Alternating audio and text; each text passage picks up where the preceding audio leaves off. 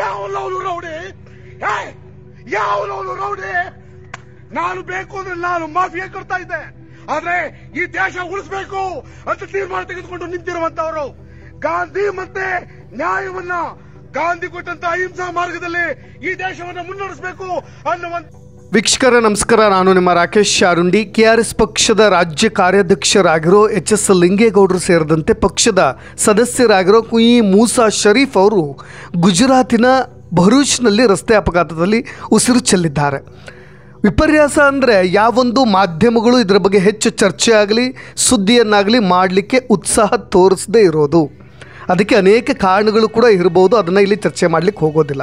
ವೀಕ್ಷಕರೇ, KRS ಪಕ್ಷ ಭ್ರಷ್ಟ ರಾಜಕಾರಣಿಗಳ ಹೆಡೆಮುರಿ ಕಟ್ಟೋಕೆ ಅಂತಲೇ ಕಟ್ಟಿದಂಥ ಪಕ್ಷ. ಅವರ ಹೋರಾಟ ಪ್ರಾಣದ ಹಂಗನ್ನು ಕೂಡ ತೊರೆದು ನಿರಂತರವಾಗಿ ಪ್ರತಿಭಟನೆಗೆ ಇಳಿಯೋದನ್ನು ನಾವೆಲ್ಲರೂ ಕೂಡ ಗಮನಿಸಿದ್ದೇವೆ. ಒಂದು ಕ್ಷಣಕ್ಕೆ ಅವರು ಬದುಕನ್ನೇ ತೊರೆದು ಬೀದಿಗಿಳಿದು ಕೂಡ ಅನೇಕ ಪ್ರತಿಭಟನೆಗಳನ್ನು ಕೂಡ ಮಾಡಿದ್ದಾರೆ. ಅವರ ಜೀಪ್ಗಳನ್ನು ಬೆನ್ನೆತ್ತಿ, ಅವರ ಬಸ್ಗಳನ್ನು ಬೆನ್ನತ್ತಿ ಕಲ್ಲು ತೂರಾಟಗಳು ಕೂಡ ಅನೇಕ ಪ್ರಸಂಗಗಳಲ್ಲೂ ಕೂಡ ನಡೆದಿವೆ. ಆದರೂ ಕೂಡ ಆ ಪಕ್ಷವನ್ನು ಇನ್ನೂ ಧೈರ್ಯವಾಗಿ ಮುನ್ನಡೆಸುತ್ತಾ ಬರ್ತಾ ಇದ್ದಾರೆ. ಒಂದು ಕಾಲದಲ್ಲಿ ಜನರು ಬುದ್ಧಿವಂತರು ಕೂಡ ಆದರೂ KRS ಪಕ್ಷಕ್ಕೂ ಕೂಡ ಬೆಂಬಲ ಸಿಕ್ಕರೆ ಅಧಿಕಾರವನ್ನು ಕೂಡ ನಡೆಸಬಹುದು. ಆ ಥರದ ಒಂದು ಶುಭ ಗಳಿಗೆಯೂ ಕೂಡ ಬರಲಿ. ರಾಜ್ಯದಲ್ಲಿ ಯಾವುದೇ ಭ್ರಷ್ಟ ಅಧಿಕಾರಿಗಳಿರಲಿ, ಸರ್ಕಾರಿ ಅಧಿಕಾರಿಗಳಿರಲಿ, ರಾಜಕಾರಣಿಗಳಿರಲಿ, ಜೊತೆಗೆ ಪೊಲೀಸರಿರಲಿ, ಯಾರನ್ನು ಕೂಡ ಹಿಂದೆ ಮುಂದೆ ನೋಡದೆ ಬೆಂಡೆತ್ತುವಂತಹ ಭ್ರಷ್ಟ ರಾಜಕಾರಣಿಗಳ ವಿರುದ್ಧ ಹೋರಾಡ್ತಕ್ಕಂಥ ಪಕ್ಷ KRS ಪಕ್ಷ. ಅನೇಕ ಹುದ್ದೆಗಳನ್ನು ತೊರೆದು ಕುಟುಂಬದ ಮೇಲೆ ಬೆದರಿಕೆಗಳು ಬಂದರೂ ಕೂಡ ಜಗ್ಗದೆ ಕುಗ್ಗದೆ ಇದೇ ಲಿಂಗೇಗೌಡರು ಸೇರಿದಂತೆ KRS ಪಕ್ಷದ ಅನೇಕ ಕಾರ್ಯಕರ್ತರು ಸದಸ್ಯರು ಹೋರಾಟ ಮಾಡ್ತಾ ಬರ್ತಿದ್ದಾರೆ. ಆದರೆ ಇವತ್ತು ಇದೇ SH ಲಿಂಗೇಗೌಡ ಅವರು ಈ ರೀತಿಯಾದಂಥ ರಸ್ತೆ ಅಪಘಾತದಲ್ಲಿ ಸಾವನ್ನಪ್ಪಿಬಿಟ್ಟಿದ್ದಾರೆ, ಉಸಿರನ್ನು ಚೆಲ್ಲಿದ್ದಾರೆ. ಆದರೆ ಒಂದು ಕಡೆ ಇದರ ಬಗ್ಗೆ ಇನ್ನೊಂದು ರೀತಿಯಾದಂಥ ಚರ್ಚೆಗಳು ಕೂಡ ಶುರುವಾಗ್ತಾ ಇದೆ. ಈ ಲಾರಿ ಅಪಘಾತ ಅವಘಡವೋ ಅಥವಾ ಉದ್ದೇಶಪೂರ್ವಕವಾಗಿ ನಡೆದಂಥ ಕೊಲೆಯೋ ಅನ್ನೋದು ಇನ್ನೂ ಕೂಡ ಗೊತ್ತಿಲ್ಲ.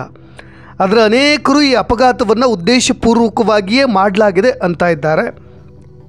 ಇದರ ಕುರಿತಾದಂಥ ಒಂದಿಷ್ಟು ಮಾಹಿತಿಯನ್ನು ನಾನು ಹೇಳಿಬಿಡ್ತೀನಿ. ಗುಜರಾತ್ನಲ್ಲಿ ಪಾದಯಾತ್ರೆ ಮಾಡ್ತಾ ಇದ್ದಂಥ ವೇಳೆಯಲ್ಲಿ ನಡೆದಂಥ ಅಪಘಾತ. KRS ಪಕ್ಷದ ಕಾರ್ಯಾಧ್ಯಕ್ಷರಾಗಿರೋ ಮದ್ದೂರಿನ ಲಿಂಗೇಗೌಡ ಸೇರಿದಂತೆ ಇನ್ನೊಬ್ಬರು ಕೂಡ ದುರ್ಮರಣವನ್ನು ಅಪ್ಪಿಬಿಟ್ಟಿದ್ದಾರೆ. ಕರ್ನಾಟಕ ರಾಷ್ಟ್ರ ಸಮಿತಿ ಪಕ್ಷ ಅನ್ನೋದು ಈಗಾಗಲೇ ಬಹಳಷ್ಟು ಜನರಿಗೆ ಗೊತ್ತಿರುತ್ತೆ ಅಂತ ನಾನು ಭಾವಿಸ್ತೀನಿ. ಪಾದಯಾತ್ರೆ ಹೋಗ್ತಾ ಇದ್ದರು. ಪಾದಯಾತ್ರಿಗಳ ಮೇಲೆ ಲಾರಿ ಹರಿದ ಪರಿಣಾಮವಾಗಿ ಲಿಂಗೇಗೌಡ ಹಾಗೂ ಮಂಗಳೂರಿನ ಕುಯಿ ಮೂಸಾ ಅವರು ಪ್ರಾಣವನ್ನು ಬಿಟ್ಟಿದ್ದಾರೆ ಅನ್ನೋದು ಈಗ ಪ್ರಾಥಮಿಕ ಮಾಹಿತಿ ತಿಳಿದು ಬರ್ತಾ ಇರೋದು. ಏನಕ್ಕೆ ಹೋಗ್ತಾ ಇದ್ರು ಗುಜರಾತಿಗೆ ಅನ್ನೋದನ್ನು ಕೂಡ ಹೇಳ್ಬಿಡ್ತೀನಿ. ಗುಜರಾತ್ನ ಭರೂಚ್ನಲ್ಲಿ ಪಾದಯಾತ್ರೆ ಮಾಡ್ತಾ ಇದ್ದಂಥ ವೇಳೆ ನಡೆದಂಥ ಅಪಘಾತ ಇದು.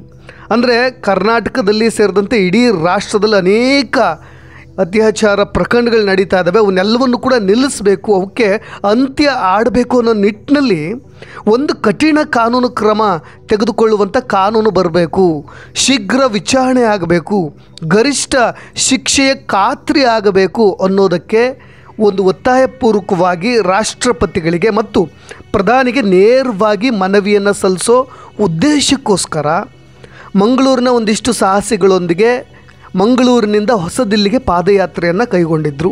ಅದರಲ್ಲಿ SH ಲಿಂಗೇಗೌಡರು ಕೂಡ ಇದ್ದರು.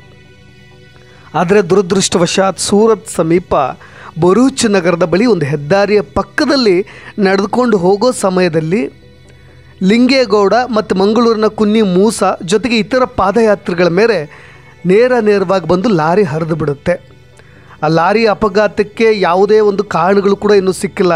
ಯಾವುದಾದ್ರೂ ಏಕಾಏಕಿಗೆ ಆತ ಏನಾದರೂ ಮದ್ಯ ಸೇವಿಸಿದ್ನಾ ಅಥವಾ ಏನಾದರೂ ಅವನಿಗೆ ಕಂಟ್ರೋಲ್ ತಪ್ತಾ, ಯಾವುದೇ ಇನ್ನೂ ನಿಖರವಾದ ಮಾಹಿತಿಗಳು ಲಭ್ಯವಾಗಿಲ್ಲ. ಆ ಪಾದಯಾತ್ರಿಗಳ ಮೇಲೆ ಲಾರಿ ಹರಿದು ಬಿಡುತ್ತೆ. ತೀವ್ರವಾಗಿ ಗಾಯಗೊಳ್ತಾರೆ ಲಿಂಗೇಗೌಡ ಮತ್ತು ಮೂಸಾ ಶರೀಫ್ ಅವರು. ಅಲ್ಲೇ ಸ್ಥಳದಲ್ಲೇ ಉಸಿರನ್ನು ಚೆಲ್ಲಿ ಬಿಡ್ತಾರೆ. ಅವರೊಂದಿಗೆ ಪಾದಯಾತ್ರೆಯಲ್ಲಿ ಪಾಲ್ಗೊಂಡಿದ್ದಂಥ ಮಹಿಳೆ ಸೇರಿದಂತೆ ಇನ್ನೂ 4 ಮಂದಿ ತುಂಬ ಪೆಟ್ಟುಗಳಾಗಿದ್ದಾವೆ, ಗಾಯಗಳಾಗಿದ್ದಾವೆ. ಅವ್ರ ನೆತ್ತರನ್ನು ಕೂಡ ಹರಿಸಿಬಿಟ್ಟಿದ್ದಾರೆ. ಹಾಗಾಗಿ ಅವ್ರನ್ನ ಈಗ ಆಸ್ಪತ್ರೆಯಲ್ಲಿ ಚಿಕಿತ್ಸೆ ಕೂಡ ನಡೀತಾ ಇದೆ. ವೀಕ್ಷಕರೇ, ನಿಮಗೆ HS ಲಿಂಗೇಗೌಡ ಅವ್ರ ಬಗ್ಗೆ ಇನ್ನೊಂದಿಷ್ಟು ಮಾಹಿತಿಯನ್ನು ಹೇಳಬೇಕು. ಇವರು ನಿಷ್ಠಾವಂತ ಅಧಿಕಾರಿ, IAS ಅಧಿಕಾರಿ DK ರವಿ ಅವರ ಕ್ಲೋಸ್ ಫ್ರೆಂಡ್ ಅಂದರೆ ನಿಮಗೆ ಆಶ್ಚರ್ಯ ಆಗ್ಬೋದು.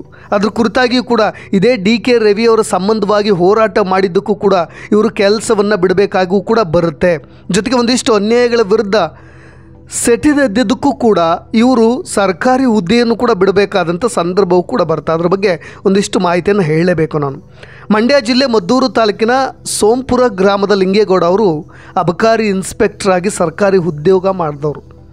ಉದ್ಯೋಗಕ್ಕೂ ಸೇರಿದ್ರು. ಭ್ರಷ್ಟಾಚಾರ ಮುಕ್ತ ಸಮಾಜ ನಿರ್ಮಾಣಕ್ಕಾಗಿ ಹುದ್ದೆಗೆ ರಾಜೀನಾಮೆಯನ್ನು ಕೂಡ ಕೊಡ್ತಾರೆ. 2018 ಸ್ವರಾಜ್ ಇಂಡಿಯಾ ಪಕ್ಷದಿಂದ ಮದ್ದೂರು ಕ್ಷೇತ್ರದಿಂದ ಸ್ಪರ್ಧೆ ಮಾಡ್ತಾರೆ.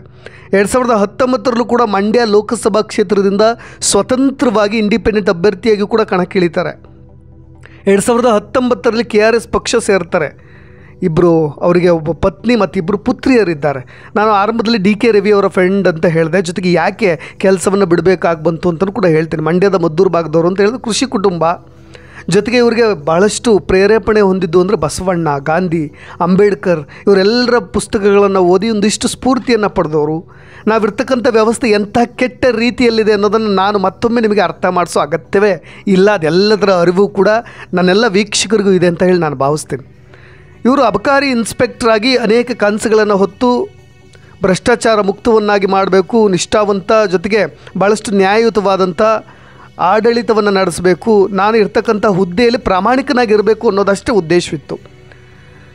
ಆದರೆ ಸರ್ಕಾರ ಯಾವ ರೀತಿಯಾದಂಥ ಕೆಟ್ಟ ವ್ಯವಸ್ಥೆಯಲ್ಲಿ ಮುಳುಗಿತ್ತು ಅನ್ನೋದನ್ನು ನಾವು ಶಾರ್ಟಾಗಿ ಹೇಳ್ಬೋದು. ನಿಮಗೆಲ್ಲರಿಗೂ ಕೂಡ ಅಬಕಾರಿ ಇಲಾಖೆ ಗೊತ್ತಿದೆ. ಇವರು ಅಬಕಾರಿ ಇಲಾಖೆ ಕೆಲಸ ಮಾಡ್ತಿದ್ದಾರೆ ಅಂತ ಅಂದುಕೊಳ್ಳೋಣ. ನೀವು ಅಬಕಾರಿ ಇಲಾಖೆಯಲ್ಲಿ ಹೇಗೆ ಕೆಲಸ ನಡೆಯುತ್ತೆ ಅನ್ನೋದನ್ನು ಅವರು ಸ್ಪಷ್ಟವಾಗಿ ಹೇಳಿಬಿಟ್ಟಿದ್ದಾರೆ. ಸರ್ಕಾರ ಕೆಲವೊಂದಿಷ್ಟು ನಿರ್ದಿಷ್ಟ ಅಂಗಡಿಗಳಿಗೆ ಲೈಸೆನ್ಸ್ ಕೊಟ್ಟು ವ್ಯಾಪಾರ ಮಾಡಿ ಅಂತ ಹೇಳುತ್ತೆ. ನಿಮಗೆ ಅದು ಗೊತ್ತಿರೋ ವಿಚಾರ. ಆದರೆ ಈ ಅಬಕಾರಿ ಸಬ್ ಇನ್ಸ್ಪೆಕ್ಟರ್ಗಳಿಗೆ ಒಂದು ಟಾರ್ಗೆಟನ್ನು ಕೊಡುತ್ತೆ. ಅಂದರೆ ಹೆಚ್ಚು ಮಾರಾಟ ಆಗುವಂತೆ ನೋಡ್ಕೊಳ್ಳಿ ಅಂತ.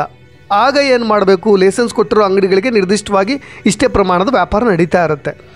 ಆದರೆ ಅದೇ ಅಂಗಡಿಗಳಿಂದ ಮತ್ತೆ ಹಳ್ಳಿಗಳಿಗೂ ಕೂಡ ಇನ್ನೂ ಹೆಚ್ಚು ಇದೇ ರೀತಿಯಾದಂಥ ಮದ್ಯವನ್ನು ಸರಬರಾಜು ಮಾಡಬೇಕು.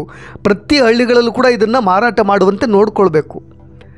ಆ ರೀತಿಯಾಗಿ ಮಾಡಿ ಅಂತ ಸರ್ಕಾರವೇ ಪ್ರೇರೇಪಣೆ ಮಾಡೋದು ಈ ರೀತಿಯಾದಂಥ ಕೆಟ್ಟ ವ್ಯವಸ್ಥೆ.